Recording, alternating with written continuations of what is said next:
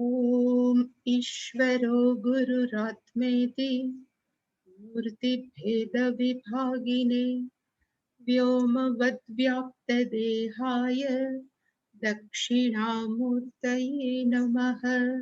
सदाशिवसमारम्भां शङ्कराचार्यमध्यमाम् अस्मदाचार्यपर्यन्तां वन्दे गुरुपरम्पराम्।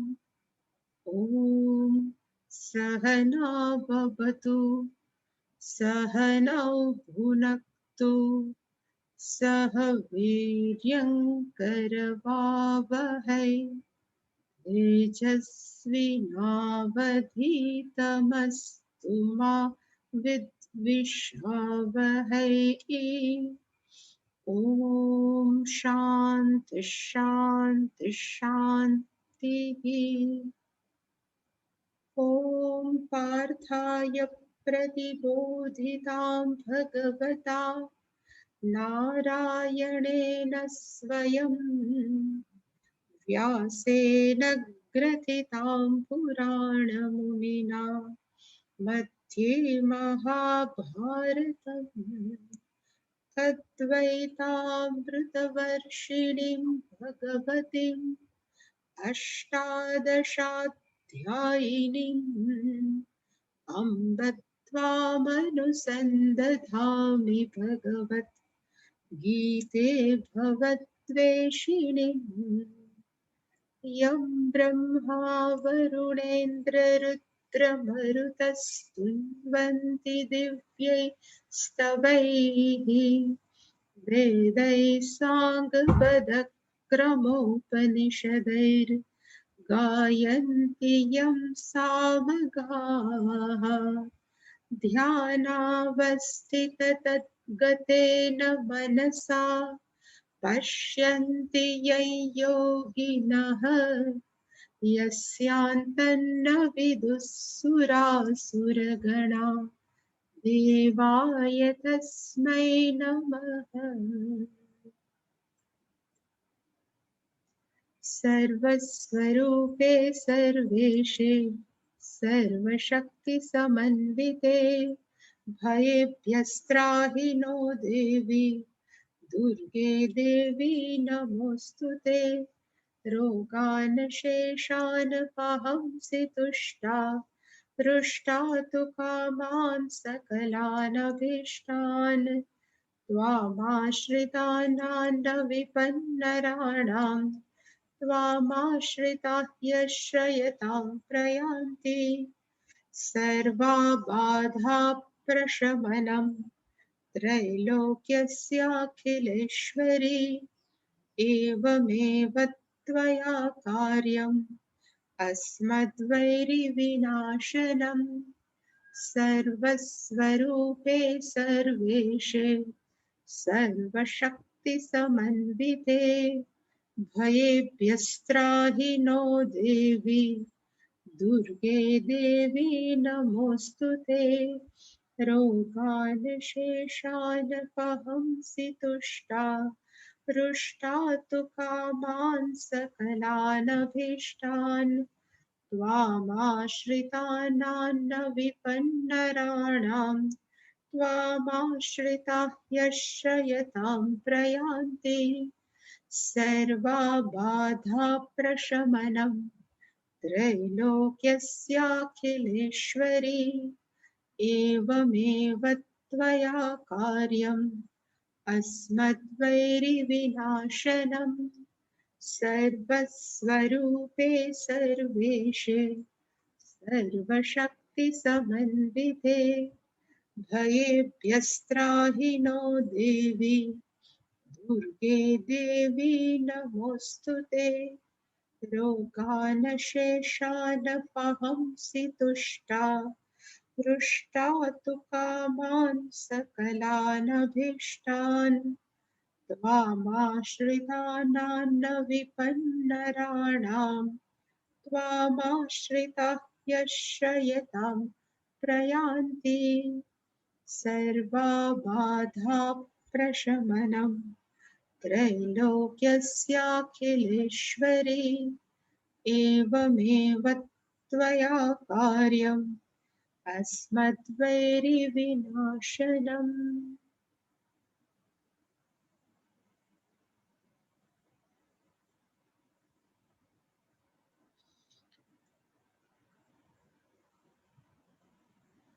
अर्जुन उवाच नष्टो मोहस्मृतिर्लब्धा त्वत्प्रसादान्मयाच्युत स्थितोऽस्मि गतसन्देहः करिष्ये वचनं तव।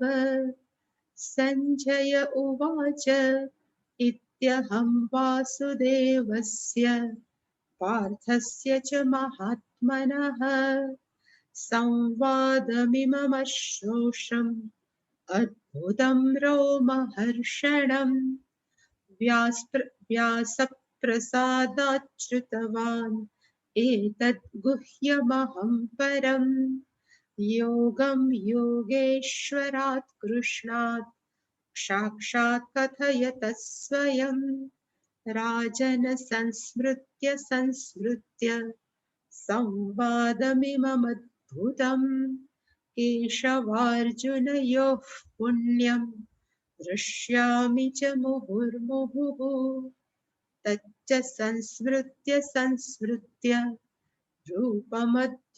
रूपमत्यद्भुतं हरेः विस्मयो मे महान् राजन् दृश्यामि च पुनः पुनः यत्र योगेश्वरः कृष्णः यत्र पार्थो धनुर्धरः तत्र श्रीर्विजयो भूतिः ध्रुवा नीतिर्मतिर्मम।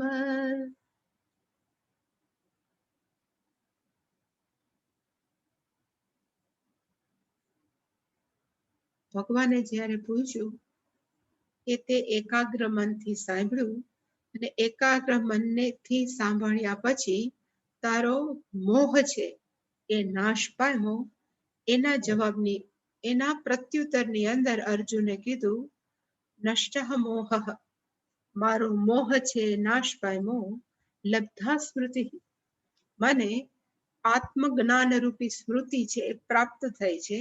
અને કેવી રીતે?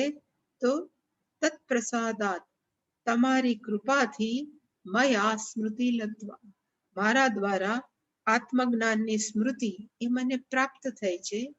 અને હવે હું કેવો થઈ ગયો છું?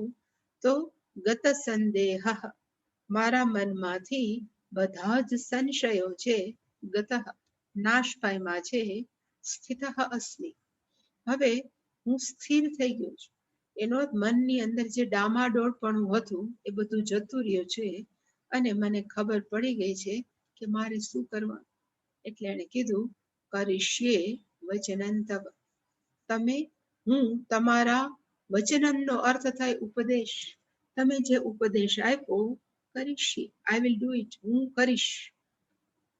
અને અર્જુને પણ પોતાનું વક્તવ્ય ત્યાં પૂરું કર્યું અને પછી સંજય કહેવાય કે છેલ્લું વાઇન્ડ અપ, એને કહેવાય કે છેલ્લું પૂરું કરવા માટે આટલા શ્લોક બોલ્યા 74 થી 78. એમાં સંજયે 74 74માં શ્લોકમાં કીધું અહમ અશ્રોષમ, મેં સાંભળ્યું. અને શું સાંભળ્યું? તો ઇમમ સંવાદમ, આ સંવાદ છે, આ ડાયલોગ છે, આ વાતચીત છે એ મેં સાંભળી. કોની કોની? તો કે વાસુદેવસ્ય પાર્થસ્ય ચ, ભગવાન શ્રી કૃષ્ણની અને અર્જુનની આ વાતચીત છે, જે સંવાદ છે મેં સાંભળ્યો. અને વાસુદેવ અને પાર્થ બંને કેવા છે? તો કે મહાત્માના, જે મોટા મનવાળા છે એવા બંને મહાત્માઓ પાસેથી મેં આ વાતચીત સાંભળી. અને આ સંવાદ છે, આ ડાયલોગ છે એ કેવો છે?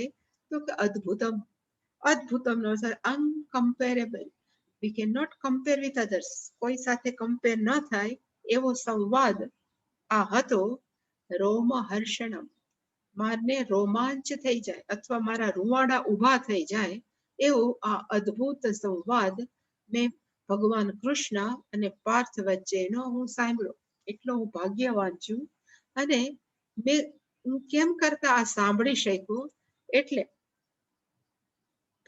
સંજયે 75મા શ્લોકમાં કીધું, વ્યાસ પ્રસાદાત એતદ ગુહ્યમ પરમ અહમ શ્રુતવાન. ભગવાન વેદ વ્યાસની પ્રસાદીથી, ભગવાન વેદ વ્યાસના આશીર્વાદને કારણે આ રહસ્યમય અત્યંત શ્રેષ્ઠ સંવાદ છે શ્રુતવાન, સાંભળી શક્યો. અને પાછો કીધો કોણે? એટલે એને કીધું સાક્ષાત કૃષ્ણાત યોગેશ્વરાત સ્વયં યોગમ કથયતઃ. આ જે સંવાદ છે એની અંદર જે ઉપદેશ છે એ ઉપદેશ કેનો હતો? તો કે યોગનો. અને મેં કીધું કે 3 યોગ આવે, કર્મયોગ, ઉપાસના યોગ અને જ્ઞાન યોગ. એ કોની પાસેથી સાંભળ્યું? તો કે સાક્ષાત યોગેશ્વર કૃષ્ણાત, જે સાક્ષાત કૃષ્ણ ભગવાન છે, જે યોગેશ્વર છે, એની પાસેથી કથયત, એ જે કહી રહ્યા હતા એની પાસેથી મેં સાક્ષાત સાંભળ્યું. અને યોગેશ્વરનું સંબોધન પહેલી વાર આમાં આવ્યું અને સંજયે કર્યું. અને એનું કારણ પણ આપણે જોયું કે કોઈ પણ યોગ હોય, પછી કર્મયોગ હોય, ઉપાસના યોગ હોય કે ઇવન જ્ઞાન યોગ હોય, એ બધાના માલિક સ્વામી કોણ છે? તો કે ભગવાન ઈશ્વર પોતે. એટલે યોગાનામ ઈશ્વરઃ ઇતિ યોગેશ્વરઃ. એ બધા જ યોગોના એ કેવા છે? તો કે માલિક છે, સ્વામી છે, એટલે યોગેશ્વર. એના પાસેથી મેં સાંભળ્યો ભગવાન વેદ વ્યાસની કૃપાથી કે દયાથી કે અનુગ્રહથી. એ 75મા શ્લોકમાં કીધું. 76મા શ્લોકની અંદર અર્જુને કીધું કેશવ અર્જુનયોહો ઇમમ સંવાદમ, ઇમમ અદ્ભુતમ સંવાદમ.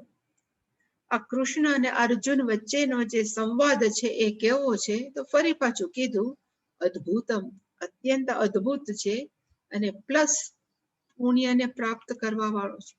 ઇવન સાંભળવાથી પણ પુણ્ય પ્રાપ્ત થાય એવો સંવાદ છે. એને હે રાજન સંસ્મૃત્ય સંસ્મૃત્ય, યાદ કરીને કરીને, આપણે કે હું તમને બહુ યાદ કરું છું, એટલે કેવા યાદ કરીને કરીને, સંસ્મૃત્યનો અર્થ થાય યાદ કરીને.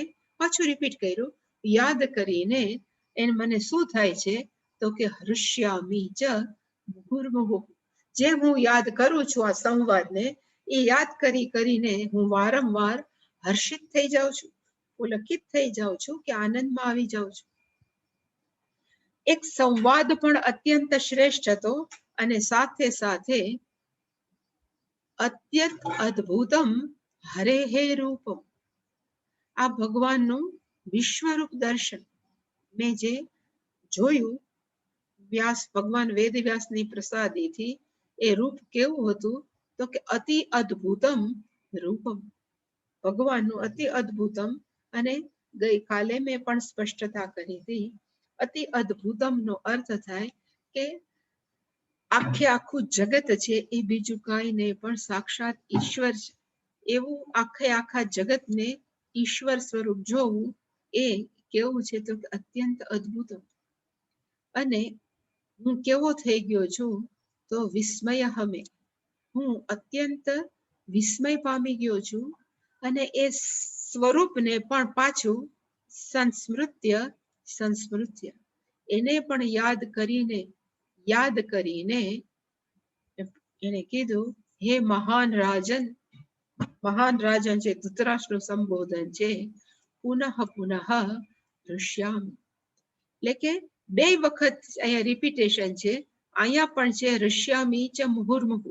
મુહુર્મુહુ નો અર્થ એ જ થાય વારંવાર, એ જ અર્થ પુનઃ પુનઃ, એટલે કે વારંવાર હું હર્ષિત થાઉં છું. 2 વખત કીધું, એક વખત સંવાદ સાંભળીને, અને બીજી વખત અદ્ભુતમ રૂપમ સંસ્મૃત્ય, અદ્ભુત ભગવાનનું રૂપ સાંભળીને હું વિસ્મય પામી ગયો છું ને ખુશ થાઉં છું. અત્યંત વારંવાર મને છે એ શું થાય છે? તો કે આનંદ થાય છે. આટલું કીધા પછી 78 છેલ્લા શ્લોકની અંદર જ્યાં આપણે પહોંચ્યા હતા,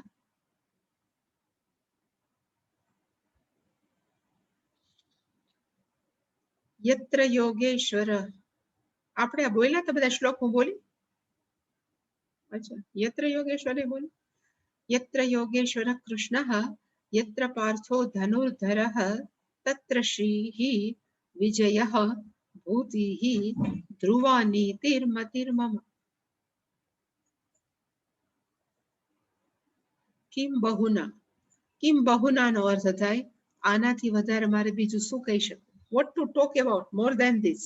આનાથી વધારે હું શું કહી શકું? અને પછી છેલ્લું ડિક્લેરેશન કહેવાય ને કે સંજયનું, એને કીધું યત્ર યોગેશ્વર, જે જગ્યાએ, અહીંયા યત્ર ન થતા યસ્મિન સ્થાને, કારણ કે યુદ્ધ ભૂમિ હતી, માં બે પક્ષ હતા, કૌરવ પક્ષ ને પાંડવ પક્ષ. એટલે યત્ર નો અર્થ થાય જે પક્ષની અંદર યોગેશ્વર, એટલે કે યોગેશ્વર કૃષ્ણ ભવતી, જ્યાં કૃષ્ણ રહેલા છે, યત્ર પાર્થો ધનુર્ધર, અને જે પક્ષની અંદર અર્જુન છે, જે બાણાવાળી અર્જુન છે, એ જે પક્ષની અંદર રહેલા છે. અને ફરી વાર એક સ્પષ્ટતા કરું કે યોગેશ્વર નો અર્થ થાય જે બધા જ યોગના પ્રણેતા છે, જેને બધા જ યોગ, પછી એ કર્મ યોગ હોય કે ઉપાસના છે કે જ્ઞાન યોગ છે, એને સમસ્ત માનવ જાતને સમર્પિત કર્યા છે, અને જેમાંથી એ ઉત્પન્ન થયા છે. એટલે ભગવાનનું એક નામ છે યોગેશ્વર. અને બીજું એને ઉલ્લેખ કર્યો ભગવાનનો કૃષ્ણ નામ. કૃષ્ણનો અર્થ થાય આકર્ષતી, જે આકર્ષે છે. કોને? તો કે સમસ્ત માણસોને. અને કેવી રીતે આકર્ષે છે? તો કે ઇમમ સંવાદ દ્વારે, આ જે સંવાદ છે આ અર્જુન અને કૃષ્ણના, એ સંવાદ દ્વારેના દુનિયાના બધા જ માણસો એમ કે છે કે ગીતા જેવો અદ્ભુત ગ્રંથ કોઈ નથી. અને એનાથી ભગવાન કૃષ્ણે શું કર્યું છે? તો કે સમસ્ત માનવ જાતને આકર્ષી છે. એટલે કે આકર્ષયતી ઇતિ કૃષ્ણ, જે બધાને આકર્ષે છે એને કહેવાય કૃષ્ણ. અને બીજું એટલે કે આ બે સંબોધન ભગવાનના છે, યત્ર યોગેશ્વર કૃષ્ણ. અને બીજું છે એક કે જે પક્ષની અંદર પાર્થ ધનુર્ધર. પાર્થનો એક અર્થ થાય પૃથાયઃ પુત્ર, એટલે કુંતીનું બીજું નામ હતું પૃથા, એના દીકરો એને કહેવાય પાર્થ. ઇનડાયરેક્ટલી એવું કહેવા માંગે છે કે ખરેખર અર્જુન નો અર્થ કે પાંચે પાંચ પાંડવને પાર્થ જ કહેવાય, કારણ કે કુંતીના દીકરા હતા. એટલે કે પાંચે પાંચ પાંડવ છે એને પાર્થ એટલા માટે કહેવામાં આવે છે કે એ હંમેશા માતાનું કહ્યું કરતા. અને જે વ્યક્તિ હંમેશા કોઈ માતાનું કહ્યું કરે, એ હંમેશા એ વ્યક્તિ અંદરથી કેવી હોય? તો કે પીસફુલ હોય. એના મનની અંદર એક આરામ હોય કે મારું જીવન છે એ હંમેશા માતા પિતાના કહ્યા. પિતા નહોતા એટલે માત્ર માતા હતા. એટલે છેલ્લે સંજયે પાછું સંબોધન એટલે વિશેષણ અર્જુન માટે વાપર્યું પાર્થ. અને બીજું સંબોધન, અત્યાર સુધી ભગવાન ક્યારેય અર્જુનને આટલું બધું હતું તો એને પાર્થ, પછી કહેવાય ને કે ધનંજય, કેટલાય વિશેષણ વાપર્યા છે, પણ ધનુર્ધર ક્યારેય નથી વાપર્યું. સંજયે જ એ પહેલી વાર વિશેષણ વાપર્યું ધનુર્ધર. અને શું કામ ધનુર્ધર વાપર્યું? તો એના બે અર્થ મને લાગે છે કે ધનુર્ધર એનો અર્થ થાય જે ધનુર્ધરથી, પોતાના હાથમાં જે ધનુષ્યને રાખે છે એને કહેવાય ધનુર્ધર. પેલું ધનુષ છે ને એ હંમેશા ધર્મનું પ્રતીક છે. રામ ભગવાનના હાથમાં કોદંડ પાણી, અને એ હંમેશા કહેવામાં આવતું કે રામ ભગવાન છે ધર્મની સાક્ષાત મૂર્તિ છે, કારણ કે એને હાથમાં ધનુષ રાખી અને બધાને ધર્મ શું છે એનાથી સૂચિત કર્યું. એટલે કે ધનુષ છે એ કોની સૂચન કરે છે? તો કે ધર્મ. એટલે ધનુર્ધરનો અર્થ થાય જે હંમેશા ધર્મમય જીવન જીવે. પાંડવોના જીવનની અંદર ઘણી બધી તકલીફો પડી, છતાં પણ એને ધર્મમાંથી ચ્યુત નથી થયું. એટલે કદાચ સંજય એવું કહેવા માંગતા હોય કે ખરેખર પાંડવો બધા કેવા છે? તો કે ધર્મને વરેલા છે. જ્યારે આ કહેવાય ને ધૃતરાષ્ટ્રના પુત્રો આ બધા દુર્યોધનને કેવા છે? તો કે અધર્મને વરેલા. એટલે કે જે ધર્મના વરેલા હોય એ જ હંમેશા જીતે, એવું ઇનડાયરેક્ટલી કદાચ સંજય ધૃતરાષ્ટ્રને કહેવા માંગતા હોય. એટલે એને ધનુર્ધર એવું સંબોધન કૃષ્ણ અને અર્જુન માટે કર્યું. અને બીજો અર્થ ધનુર્ધરનો એવો પણ થઈ શકે, ધનુર્નો અર્થ થાય કે હવે યુદ્ધ કરવા માટે હું તૈયાર છું. અર્જુન એવું ભગવાન, કારણ કે કરીશ્ય વચનંત, જ્યારે અર્જુને કીધું કે હું તમારું વચનને પાળીશ, એનો અર્થ કે હવે હું હાથમાં ધનુષ ઉઠાવીશ અને મારું કર્તવ્ય કર્મ કરીશ. અને અર્જુન માટે કર્તવ્ય કર્મ કયું હતું? તો કે મહાભારતનું યુદ્ધ. એટલે ધનુર્ધર એટલે કે હવે અર્જુન ઇઝ રેડી. અને કોના માટે? તો કે પોતાના કર્તવ્ય કર્મ માટે. એટલા માટે થઈને પણ સંજયે એવું એનું એક નામ આપ્યું, ધનુર્ધર. અને એમાંથી બધા કહેવાય ને કે પછી ટીકાકારો એને બધાએ એક એવો અર્થ પણ કાઢ્યો કે આટલું શ્રવણ કર્યા પછી, હાથમાં ધનુર ઉઠાવ્યા પછી, કારણ કે પહેલા અધ્યાયના છેલ્લામાં એને ધનુષ મૂકી દીધું હાથમાંથી, અને કીધું હવે હું યુદ્ધ નહીં કરું. એટલે ફરી પાછું ધનુર્ધર કીધું, એનો અર્થ કે હવે હાથમાં ધનુષ લઈ લીધું અને હવે હું યુદ્ધ કરીશ તો મને એમ નહીં લાગે કે હું ખરેખર કોઈ યુદ્ધ માટે યુદ્ધ કરું છું, પણ અત્યારે હવે મને એમ લાગે છે કે હું યુદ્ધ કરું છું માત્ર મારી જવાબદારીને નિભાવવા માટે.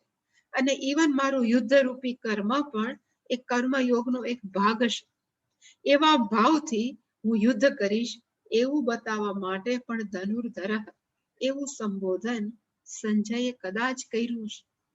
એટલે પણ ટૂંકમાં સંજયે કીધું કે જે પક્ષની અંદર કૃષ્ણ ભગવાન હશે અને જે પક્ષની અંદર ધર્મમય અર્જુન હશે, તે જગ્યાએ એ પક્ષની અંદર તત્રની તે જગ્યાએ તે પક્ષની અંદર અમુક વસ્તુ છે એ ચીર રૂપેણ હશે, કાયમ માટે હશે. અને શું? તો કાયમ માટે હશે એને કહેવાય ધ્રુવા. ધ્રુવનો અર્થ થાય જે અચલિત છે, જેમાં ક્યારેય પરિવર્તન ન આવે ને કહેવાય ધ્રુવતાર. એટલે તારાનું નામ ધ્રુવ છે, કારણ કે હંમેશા ઉત્તરમાં રહે છે. એવી રીતે ધ્રુવાનો અર્થ, કારણ કે આ બધા સ્ત્રીલિંગ છે, એટલે કે ચારે ચાર શબ્દો સ્ત્રીલિંગ હોવાથી ધ્રુવા, ન ચલે એવું અચલિત. અને જેની પાસે ભગવાન કૃષ્ણ હશે અને જ્યાં કહેવાય ને અર્જુન હશે, ત્યાં ચાર વસ્તુ છે એ કાયમ હશે, અચલિત સ્વરૂપે હશે. અને કઈ કઈ? તો કે પેલી શ્રી, બીજો છે વિજય, ત્રીજી છે ભૂતિ અને ચોથું છે નીતિ. આ ચાર વસ્તુ કેવી હશે? તો કે ધ્રુવા. પેલો અર્થ થાય શ્રી. શ્રી છે એ શું કામ હોય? એટલે કીધું જ્યાં કૃષ્ણ હોય ત્યાં શ્રી હોય. કારણ કે કૃષ્ણ ભગવાનના એ અર્ધાંગીની છે, કારણ કે ભગવાન વિષ્ણુનું એ અવતાર છે, કૃષ્ણ ભગવાન છે. અને યત્ર યત્ર કૃષ્ણ તત્ર તત્ર લક્ષ્મી શ્રી. એટલે એક અર્થ થાય શ્રીનો અર્થ લક્ષ્મીજી પોતે, એનો અર્થ ધન ધાન્ય, એટલે કે હંમેશા ત્યાં જ રહે. એક અર્થ થાય શ્રી. બીજો અર્થ એવું કહેવામાં આવે છે કે જે હંમેશા ગીતામાં લખેલું છે એવું જીવન આચરે, તો બે વસ્તુ એ વ્યક્તિ પાસે આવે. પેલી શ્રી કઈ? તો કે અંતઃકરણ શુદ્ધિ રૂપી શ્રી. એનાથી વધારે શ્રેષ્ઠ શ્રી એ કોઈ પણ નથી. એટલે કે એ શ્રી પ્રાપ્ત થાય ચિત્ત શુદ્ધિ. હું અહીંયા લખું છું ચિત્ત શુદ્ધિ રૂપી.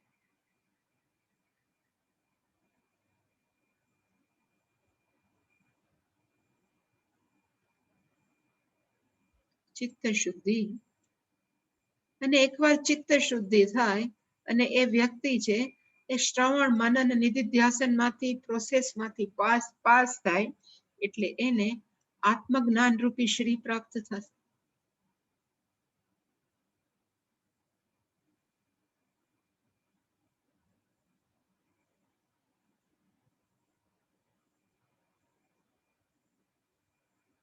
એ પણ કેવું કહેવાય?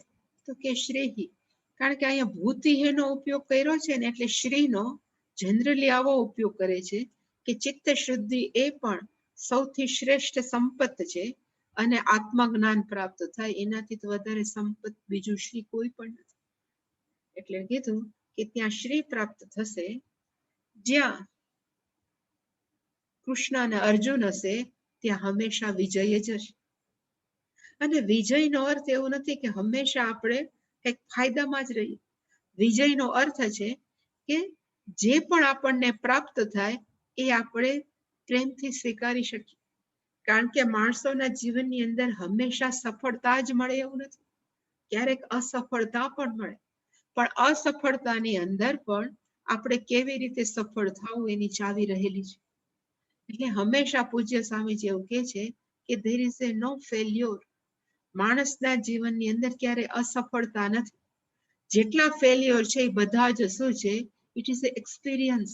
એ બધા જ અનુભવો છે અને એ બધા જ અનુભવો આપણને ક્યાં લઈ જાય છે? તો કે સફળતા સુધી પહોંચાડે છે.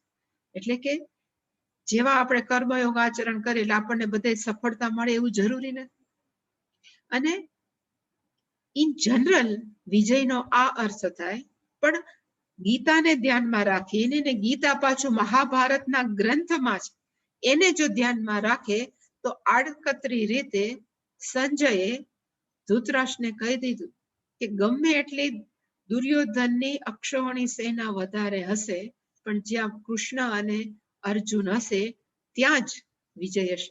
તમે ગમે એટલી માથાપચ્છી કરો પણ વિજય ક્યાં હશે? તો કે આ એ વિજય તો કોના માટે થયો? તો કે આ કૃષ્ણ એટલે અર્જુન માટે થયો. પણ આપણે જે વિજયની વાત કરીએ તો એ કેવો વિજય? તો હંમેશા જીવનની અંદર સૌથી શ્રેષ્ઠ વિજય કયો છે? કે ગમે એ પરિસ્થિતિની અંદર આપણી મનની ક્યારે અશાંત ન થાય. It is the great success of the life. આપણું મન કોઈ પણ સ્થિતિની અંદર અશાંત ન થાય, એને મોટામાં મોટી સિદ્ધિ અને એને જ મોટામાં મોટું શું કહેવામાં આવે છે? તો કે વિજય. તકલીફ છે એ બધા સાધુઓના જીવનમાં, એટલે તુલસીદાસ જેવા કેટલાય છે, એ બધાના જીવનની અંદર તકલીફો ઘણી પડી છે. છતાં પણ એનું અત્યારે આપણે નામ શું કામ લઈએ છીએ? કે એ ક્યારેય અશાંત થયા નહીં અને જીવનભર શું પેઢીઓ અને પેઢીઓ આપણે યાદ કરીએ છીએ. એ જ શું છે? તો કે વિજય. એનો અર્થ કે વિજયનો અર્થ છે આપણી મનની શાંતિ કોઈ પણ પરિસ્થિતિની અંદર ન હરાય, ન છીનવાય. આનાથી મોટો કોઈ પણ વધારે વિજય નથી.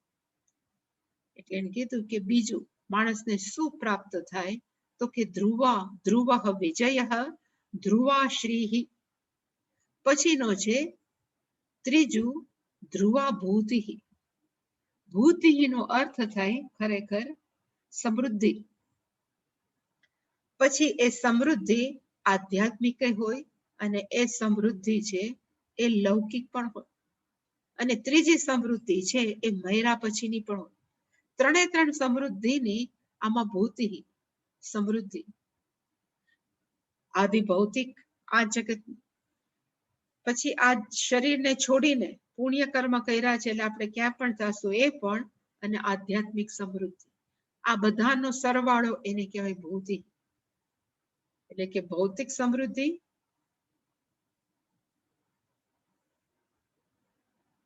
પરલોક સમૃદ્ધિ,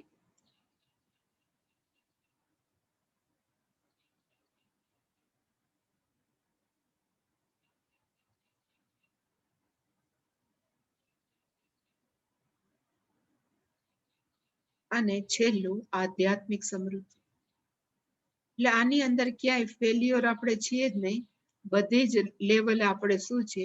તો કે વિજય છીએ. આ જન્મની અંદર કદાચ આપણને આત્મજ્ઞાન ન થયું તો પરલોકની અંદર જલસા કરવા મળવાના છે.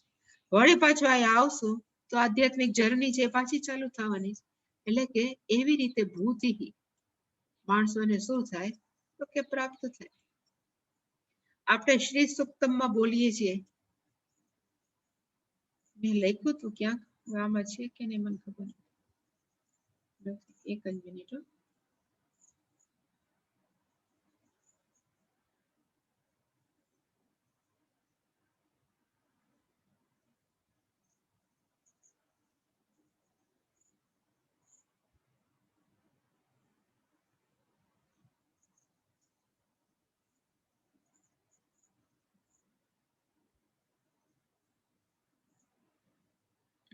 શ્રી વર્ચસ્વમાયુષ્યમારોગ્યમા વિધાદાત શોભમાનમ મહીયતે ધનમ ધાન્યમ પશુમ બહુપુત્ર લાભમ શત સંવત્સરમ દીર્ઘમાયુ. આને કહેવાય ભૂતિ. આપણે જે માગીએ છીએ ને એને કહેવાય ભૂતિ. શ્રીહિ, શ્રીહિ નો અર્થ થાય જે સંપત્તિ, જે પણ કહીએ છીએ. વર્ચસ્વ, જે ભગવાનનું ભજન કરે એના મોઢા પર તેજ આવે એને કહેવાય બ્રહ્મ તેજ, બ્રહ્મ વર્ચસ. પછી બીજું કઈ કરાવવાની જરૂર ન રહે માણસો. બ્રહ્મ વર્ચસ. આયુષ્યમ, લાંબુ આયુષ્ય મળે. આમાં દીર્ઘમાયુ તો છે પણ આયુષ્ય લાંબુ હોય માંદા હોય તો એટલે કીધું આરોગ્યમ, એટલે કે સારામાં સારું આરોગ્યમ આ વિધાત, એ બધું પ્રાપ્ત થાય. શોભમાનમ કે પવમાનમ મહીયતે નો અર્થ થાય આ જગતની અંદર એની કીર્તિ બહુ પ્રાપ્ત થાય, એને નામ ને પ્રતિષ્ઠા પ્રાપ્ત થાય, જે સારી રીતે જીવન જીવે છે. મહીયતે નો અર્થ થાય પ્રાપ્ત થાય. ધનમ પ્રાપ્ત થાય, ધાન્યમ પ્રાપ્ત થાય, પશુ પ્રાપ્ત થાય. પશુ પહેલાના જમાનામાં શ્રી હતી બધા માટે. પશુ બહુપુત્ર લાભમ, સારા દીકરા, માતા પિતાના કહ્યાગા દીકરા એને કહેવાય બહુપુત્ર લાભમ. શત સંવત્સરમ દીર્ઘાયુ, 100 વર્ષ સુધી લાંબુ આયુષ્ય.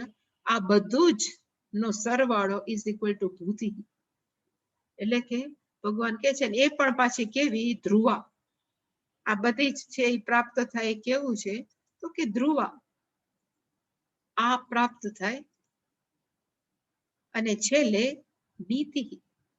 નીતિનો અર્થ થાય જસ્ટિસ, નીતિમય જીવન. જે આપણે નીતિમય જીવનનો અર્થ આપણે અષ્ટાંગ યોગના પેલા 5 યમ નિયમ, એ જે આપણે જીવન જીવીએ છીએ એને કહેવાય નીતિમય જીવન. સત્ય, અહિંસા, અસ્તેય, એ બધું જીવન છે એને કહેવાય નીતિરૂપ જીવન. એ બધું જ પાછું કેવું હશે તો કે ધ્રુવા, વિધાઉટ એની ચેન્જ. એવું મમમતિ, સંજય એમ કે છે મારા માનવા પ્રમાણે. એટલે કે મમમતિ પેલા મારા માનવા પ્રમાણે જ્યાં કૃષ્ણ ભગવાન છે, જ્યાં અર્જુન છે, ત્યાં કાયમ માટે શ્રી રહેશે, કાયમ માટે વિજય રહેશે, કાયમ માટે છે ભૂતિ રહેશે, અને કાયમ માટે નીતિપૂર્ણ ધર્મમય જીવન રહેશે. આટલું મારું માનવું છે. અને આમાંથી બધું જ ઊંધું કૌરવોમાં હતું. એટલે ઇનડાયરેક્ટલી એને એ પણ, કારણ કે સામે એમને તો ન કહે તમે હારવાના છો, પણ એને ઇનડાયરેક્ટલી કહી દીધું કે વિજય કોનો છે તો કે પાંડવોના પક્ષે નિશ્ચિત છે. કારણ કે ત્યાં કોણ છે તો કે યત્ર યોગેશ્વર. અને હવે તો અર્જુને ડાયો થઈ ગયો છે એટલે એની અંદર પણ ગીતાનું જ્ઞાન હતું. અને શંકરાચાર્યજી હવે એનું ભાષ્યમ કે છે.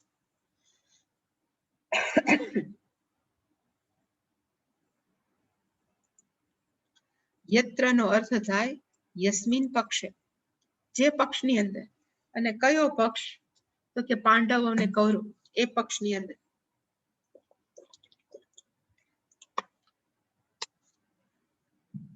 ઇવન આપણે જે ઓલું બોલીએ છીએ ને કૈવર્તક કેશવ, આપણે ધ્યાન મંત્રની અંદર એની અંદર સ્પષ્ટ કીધું છે કે કૌરવો જેવી ભીષણ સેના પાંડવો પાસે નથી. કેટલું વર્ણન છે એમાં, બધા શલ્ય આવા છે, ફલાણા આવા છે, કર્ણ આવો છે, પણ છતાં પાંડવો જીતા એની પાછળનું કારણ કયું છે તો કે કૈવર્તક કેશવ.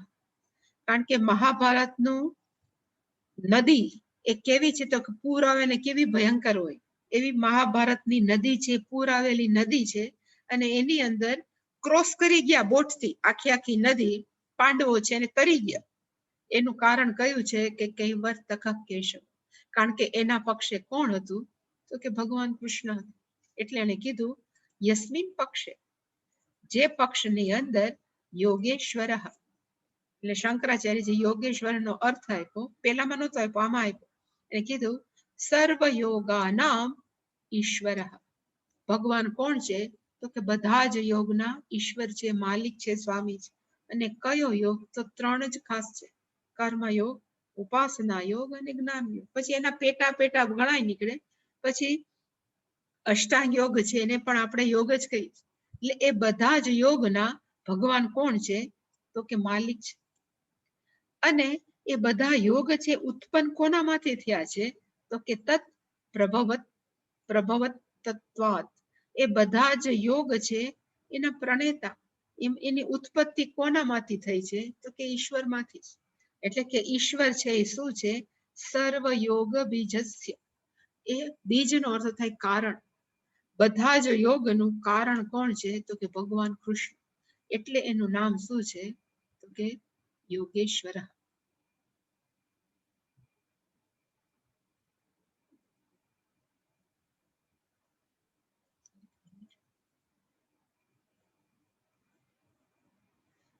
યત્ર પાર્થો ધનુર્ધર.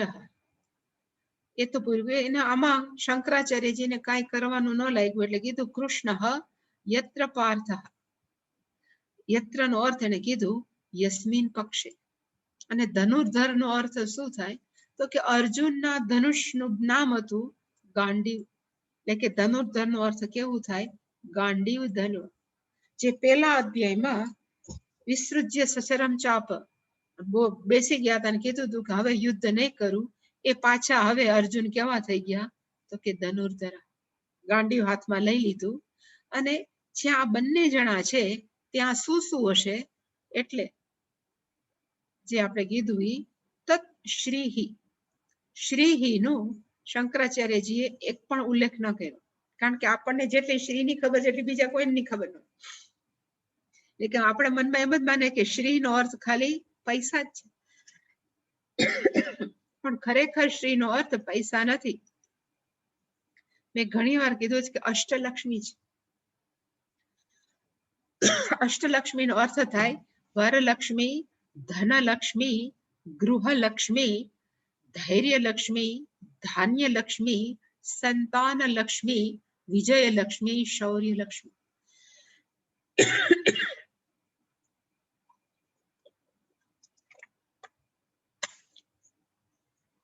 આ બધાનો સરવાળો એને કહેવાય શ્રીહી.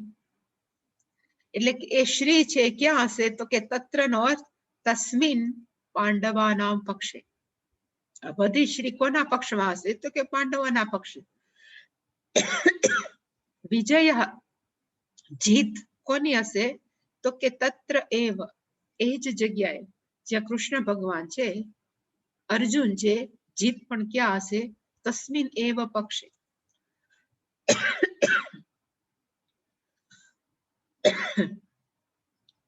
એને કીધું ભૂતિહિ.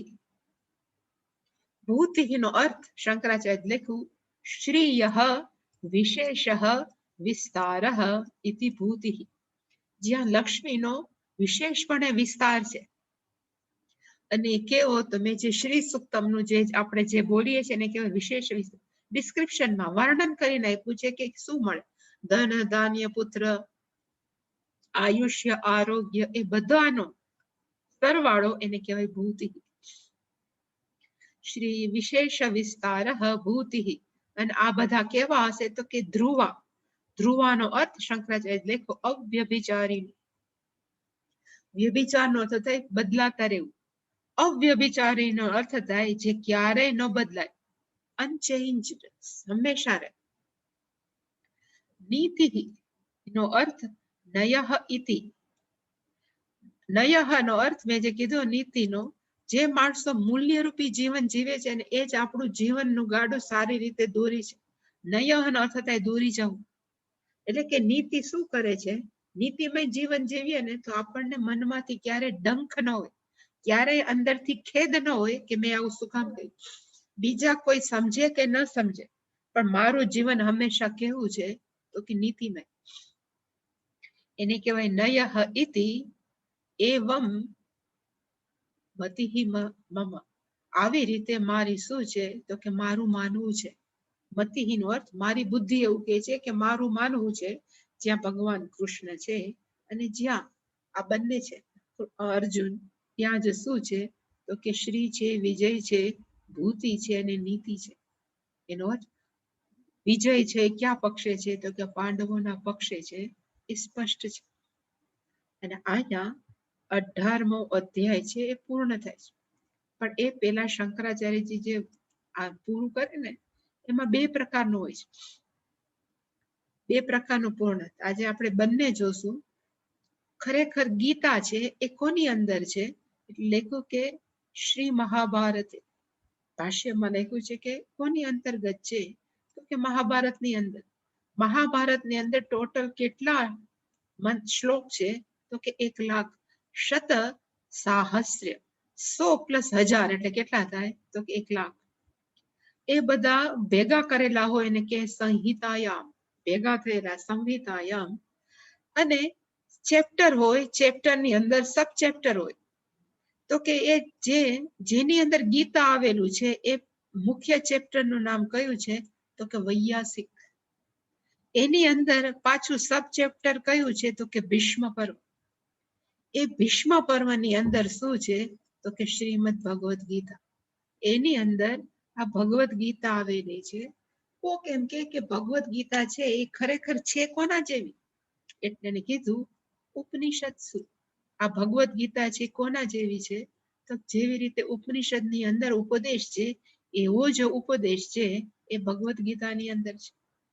તો કોક એમ પૂછે તો ઉપનિષદ ને ભગવદ ગીતાનો ખરેખર વિષય કયો છે? ઉપદેશમાં હાઇલાઇટ કોને કરવામાં આવ્યા છે?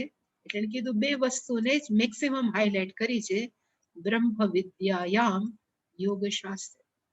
આની અંદર બે જ વસ્તુને હાઇલાઇટ કરી છે. એકને કહેવાય બ્રહ્મ વિદ્યા, આત્મજ્ઞાન, જે ભગવદ ગીતામાં છે અને ઉપનિષદમાં તો એ જ છે. અને એવી જ રીતે યોગશાસ્ત્ર ઉપનિષદમાં કે વેદાંતમાં પણ છે કે કેવી રીતે ઉપાસના કરવી, કેવી રીતે કર્મયોગ વાળું જીવન. પણ બધા જ ઉપનિષદમાં હોય એવું નહીં, અમુક અમુકમાં છે. એટલે કે યોગ શાસ્ત્રે. અને આ જે ભગવદ ગીતા છે જેનો મુખ્ય ટોપિક બ્રહ્મ વિદ્યા છે અને આ યોગ એટલે કે કર્મયોગ, ઉપાસના અને જ્ઞાન યોગ છે, એ ઉપદેશ કેવી રીતે કરવામાં આવ્યો? એટલે લખ્યું શ્રી કૃષ્ણ અર્જુન સંવાદ. આ ઉપદેશ છે it is given in the form of dialogue. કેવી રીતે આપવામાં આવ્યો છે? તો કે સંવાદ સ્વરૂપમાં છે. અને આ ચેપ્ટર જે 18મો આપણે ભણ્યા એનું નામ શું છે? તો કે મોક્ષ સંન્યાસ યોગ. યોગનો અર્થ થાય ટોપિક. અહીંયા યોગનો અર્થ કર્મયોગ ઉપાસના ન થાય, અહીંયા યોગનો અર્થ થાય ટોપિક. 18મા અધ્યાયનો ટોપિક કયો હતો? તો કે મોક્ષ સંન્યાસ યોગ. માણસને છૂટવું છે. કેમાંથી છૂટવું છે? તો કે સંસારમાંથી છૂટવું છે. એની ઉપર જ આ મેક્સિમમ ચર્ચા હતી. અને સંસાર હંમેશા યાદ રાખો કે સંસારનો અર્થ આપણા મનની અંદર જે પણ ગૂંચવણો છે એને જ કહેવાય સંસાર. અને એમાંથી છૂટવું એને કહેવાય સંન્યાસ. તો માણસ કેવી રીતે છૂટી શકે? તો કે એના માટે ભગવા કપડાં પહેરવાની જરૂર નથી. પણ માણસ કેવી રીતે છૂટી શકે? તો કે માત્ર કર્તૃત્વનો ત્યાગ કરી. જેવો કર્તૃત્વનો ત્યાગ કેવી રીતે થઈ શકે? તો જે વ્યક્તિ સ્પષ્ટપણે માને છે કે જેને જ્ઞાન છે કે આપેલું શરીર અને મન હું નથી, હું વ્યાપક ચૈતન્ય તત્વ છું. પણ અત્યારે આ લિમિટેડ મર્યાદિત શરીરની અંદર આ ચૈતન્ય તત્વ ઉપલબ્ધ છે. શરીર કર્મ કરે છે કે મન કર્મ કરે છે, હું કરતો નથી કે કરતી નથી. એને કહેવાય સંન્યાસ. કર્મણા સંન્યાસ. મનથી બધું શું છે? તો કે છૂટી ગયું છે. અને એવી રીતે જો મનથી છૂટી જાય તો માણસ કેવો છે? તો કે મોક્ષ પ્રાપ્ત છે. જે આપણે ડિટેલમાં જોયું છે એ 18 અધ્યાય એ છે 18મો અધ્યાય છે. અહીંયા આપણે જોયો. અને પછી બીજું છે, પછીમાં લખવામાં આવ્યું. આપણે જયારે આ બોલીએ છીએ આ નથી બોલતા, પણ આપણે અમે બોલીએ છીએ ઓમ તત્સત ઇતિ શ્રીમદ ભગવદ ગીતા ઉપનિષદ એમ બોલીએ છીએ. અહીંયા ઓમ તત્સત નથી લખી. જે ગીતા પ્રેસ ગોરખપુર વાળા છે ને એ જ ઓમ તત્સત લખે છે.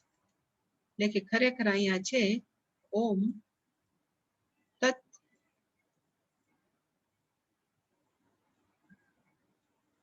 અને સત.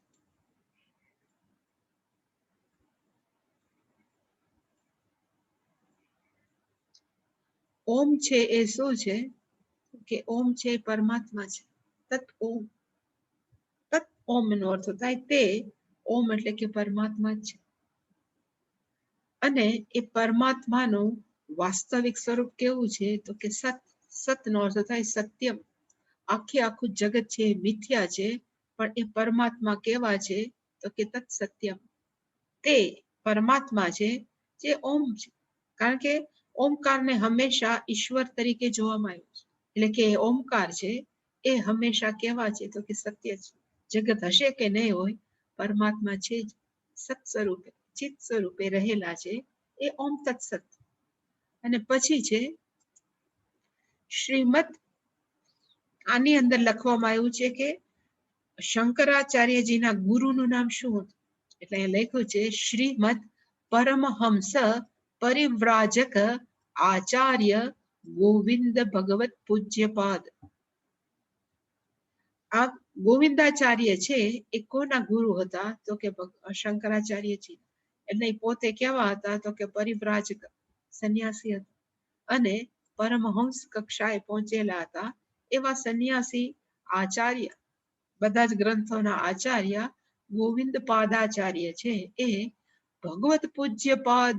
અને એના શિષ્ય કોણ છે તો કે એના શિષ્ય છે ભગવત પૂજ્યપાદ શિષ્ય શ્રીમદ આચાર્ય શંકર ભગવત. એના શિષ્યનું નામ શું છે? એના માટે થઈને પણ આટલું લાંબુ લખ્યું છે. એનો શંકરાચાર્યજી પોતે ન લખ્યું હોય, આ શંકરાચાર્યજી લખ્યું હોય, આ કોઈ બીજાએ લખ્યું છે. કે શંકરાચાર્યજી છે એ કોણ છે તો કે સાક્ષાત ભગવાન પૂજ્યપાદ શિષ્ય. એ જે પરિવ્રાજક ગોવિંદાચાર્ય છે, જે હંમેશા જે અત્યંત પૂજનીય વ્યક્તિ હોય ને એને કહેવાય ભગવત પૂજ્યપાદ. એવી રીતે એને સંબોધન કરવામાં આવે. જે આચાર્ય હોય કે બહુ ઉચ્ચ કોટીના સંન્યાસી હોય, એટલે એને કીધું કે ભગવત પૂજ્યપાદ છે બે જગ્યાએ લાગુ પડે, ગોવિંદાપાદાચાર્ય પાસે અને ઇવન શ્રીમદ આચાર્ય શંકર ભગવત. એટલે કે શંકરાચાર્યજી ઇઝ એઝ ગુડ એઝ કેવા છે તો કે ભગવાન છે. એટલે કે શ્રીમદ આચાર્ય અહીંયા શંકર ભગવત કૃતો. આ કોણે કર્યું છે તો કે શ્રીમદ શંકર ભગવાન દ્વારા કરાયેલું. ગોવિંદ પાદાચાર્યજીના શિષ્યનું નામ હતું ગૌડ પાદાચાર્ય, જે માંડુક્ય કારિકા લખી છે.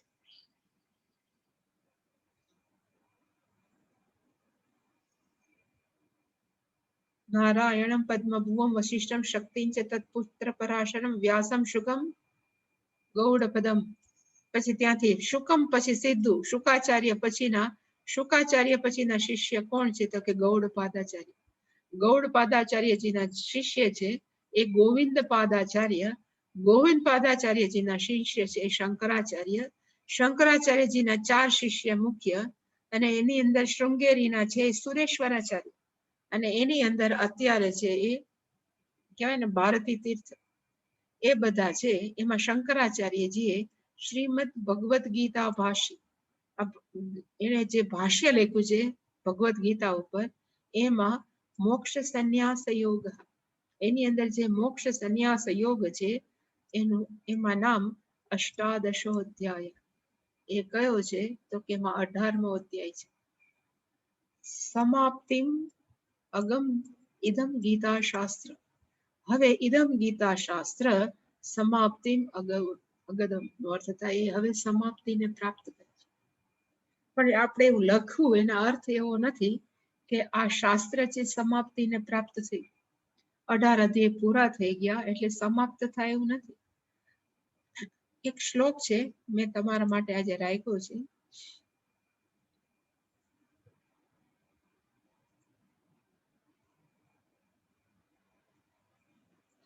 જે પણ આપણે ભણતા હોય ને એને 4 ભાગમાં વહેંચવામાં આવે છે. કોઈ પણ ગ્રંથનો અભ્યાસ કરે એ ડિવાઇડેડ બાય 4, એટલે આપણે કહેવાય ને 1/4, એવા 4 ભેગા કરીએ એટલે 1 થાય. 1, 2, 3 અને 4, એ 4 ને ભેગા કરે એટલે 1 થાય. એટલે કે ધારો કે આપણે ગીતા ભણ્યા તો આપણે આચાર્ય પાસેથી ગીતા ભણ્યા હોય કેટલું ભણી શકીએ? એટલે આમાં લખ્યું છે આચાર્યાત પાદમ આધત્તે. પાદમ નો અર્થ થાય 1/4. આચાર્ય પાસેથી કે ગુરુ પાસેથી સપોઝ આખી ગીતા ભણ્યા તો તમે કેટલી સમજી શક્યા હોય તો કે ખાલી 1/4 ભાગની જ ગીતા આચાર્ય પાસેથી પ્રાપ્ત થઈ શકે. એટલે કે આચાર્યાત પાદમ આધત્તે. તો બીજી ચોથી એટલે કે બીજી 1/4 પા છે એ કેવી રીતે પ્રાપ્ત થાય? સપોઝ ગીતાનો ઉપદેશ છે તો લખ્યું પાદમ શિષ્યસ્ય મેધયા. 1/4 એટલે કે ચોથો ભાગ છે, આ 1/4 ભાગ છે એ ગીતા ઉપદેશનો બધા શિષ્યોની અંદર કેવી રીતે પ્રાપ્ત થાય? તો કે જેવી શિષ્યની પોતપોતાની કેપેસિટી. મેધયાનો અર્થ થાય ખાલી મેધા શક્તિ નહીં, પણ મેધાનો અર્થ એમ પણ લે ગ્રહણ શક્તિ કે ધારણ શક્તિ, કે જેવી જેની કેપેસિટી.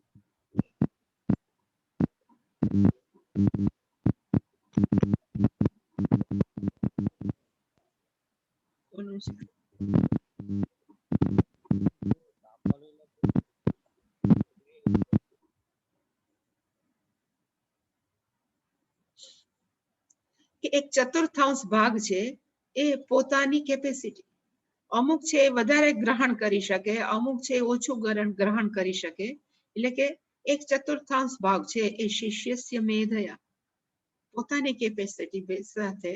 પછી પાદમ સહબ્રહ્મચારીભિઃ, 1/4 ભાગ છે એ પોતપોતાના ગ્રુપની અંદર ડિસ્કશન કરી.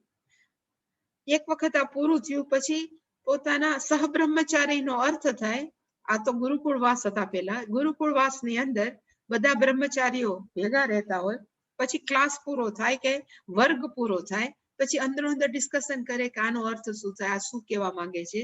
એવા ડિસ્કશન થી આપણને બીજું અડધું એટલે 1/4 એટલે પોણું આપણને એવી રીતે પ્રાપ્ત થાય. પા છે એ ગુરુ દ્વારા, પા છે શિષ્ય પોતાની કેપેસિટી પ્રમાણે, બીજું પા છે એ ડિસ્કશન દ્વારા. એટલે આપણે ગ્રુપ ડિસ્કશન છે, વારંવાર પૂછવા માંગીએ કે કઈ સમજાય છે, એટલે જ કે જેટલું ડિસ્કશન વધારે એટલું માણસ છે એ સમજવાનો પ્રયત્ન વધારે કરે. આ તો એકવાર ચોપડી બંધ કરી દે એટલે પૂરું થઈ ગયું એવું નથી. એટલે કે પાદમ સહબ્રહ્મચારીભ્યઃ, તો એ પોણું થયું. હજી 1/4 બાકી છે. કેવી રીતે થાય?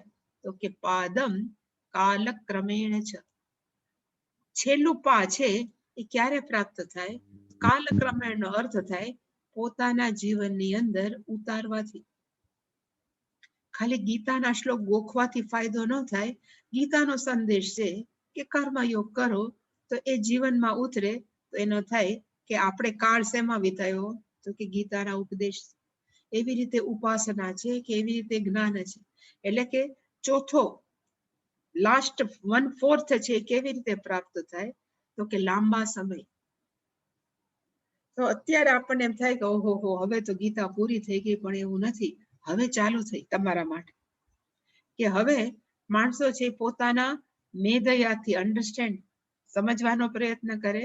બીજો 1/4 છે એ અંદરો અંદર ડિસ્કશન કરી. હું ઘણી વાર એમ કહું કે અંદર ડિસ્કશન ન કરે અને ઘરમાં હોય તો કોઈ પણ ઘરની અંદર 5 વ્યક્તિઓ હોય, આપણા પરિવારના સભ્યો હોય, એને પણ નાનું મોટું સલાહ આપે, જેને આપણે બ્રહ્મયજ્ઞ કહીએ છીએ. એ રીતે પણ આપણે એ ઉપદેશ પાસ કરીએ તો આપણી અંદર વધારે ફિક્સ થાય કે સહબ્રહ્મચારીભ્યઃ. અને છેલ્લું છે એ જેવી રીતે જીવન જીવશું એવી રીતે આપણા અંદર જીવનમાં ઉતરતું જશે. એવી રીતે આ ગીતા છે એ આપણે પૂરું કર્યું. શાસ્ત્રમાં હંમેશા એવું કે છે કે ક્યારેય પૂરી નથી થતી. એટલે કે જ્યારે પૂર્ણાવતી કરીએ ત્યારે હંમેશા આપણે પહેલા ધર્મ ક્ષેત્રે કુરુક્ષેત્રે હું બોલીશ, પછી જ આપણે પૂરું કરશું. ધર્મ ક્ષેત્રે કુરુક્ષેત્રે સમવેતાયુયુત્સવઃ. ધૃતરાષ્ટ્ર ઉવાચ ધર્મ ક્ષેત્રે કુરુક્ષેત્રે સમવેતાયુયુત્સવઃ. મામકાઃ પાંડવાશ્ચૈવ કિમ કુર્વત સંજયઃ. આની અંદર કોઈ પ્રશ્ન?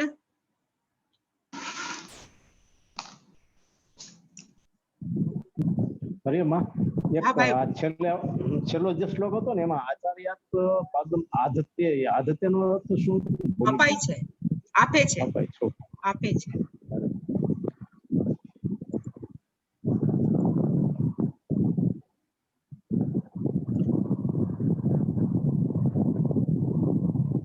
એક બીજું માં પૂછવાનું હતું.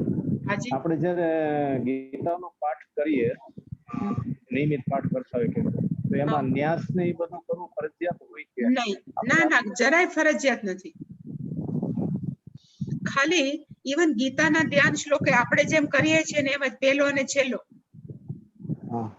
અને પછી સરસ જે પણ આપણે ચેપ્ટરનું કે અધ્યાયનો આપણે પાઠ કરવો નહીં કરવાનો. અને પૂરું કરીએ ત્યારે જે હું હંમેશા બોલું છું, સર્વ ધર્માન પરિત્યજ, એટલે પૂરું થઈ જાય. દર વખતે આખો ન્યાસ કરવાની જરૂર નથી. એ તો ક્યારેક સ્પેશિયલ એવું ગીતાનો દિવસ હોય કે એવું હોય ત્યારે. હરિઓમ. હરિઓમ.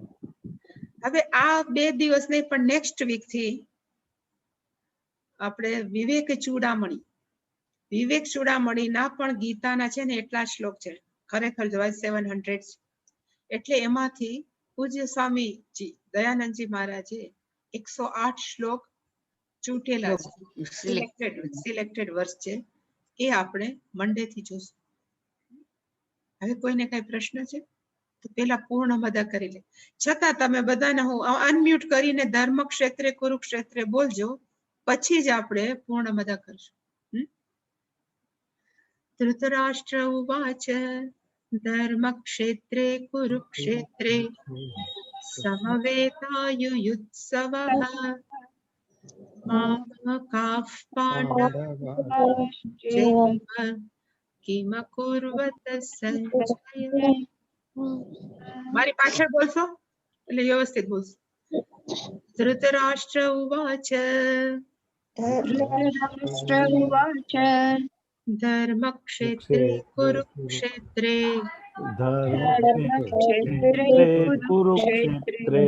સમવેતાયુયુત્સવઃ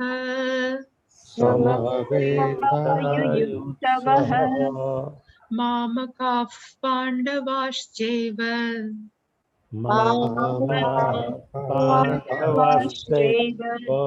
કિમ કુર્વત સંજય.